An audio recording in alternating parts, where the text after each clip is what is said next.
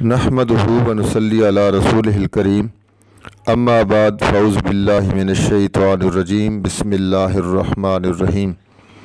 एक भाई ने सवाल पूछा है, क्या हाफिज़ा औरत तरावी की नमाज़ पढ़ा सकती है, यानी जमात करवा सकती है या नहीं?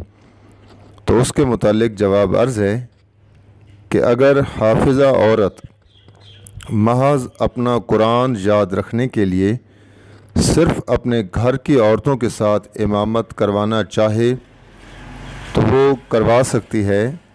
अगरचे फ़ुक़हा ने इसको मकरूह लिखा है, लेकिन गुंजाइश मौजूद है।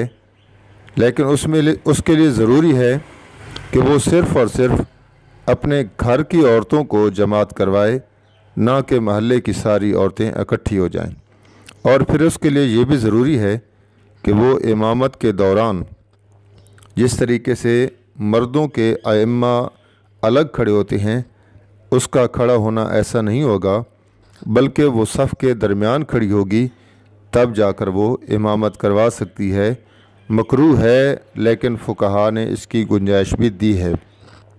इसकी तफसील किताबुल आसार जिल्द नंबर 1 और सफ़ा 203 पर मौजूद है। वमा अलैना इल्लल बलाग।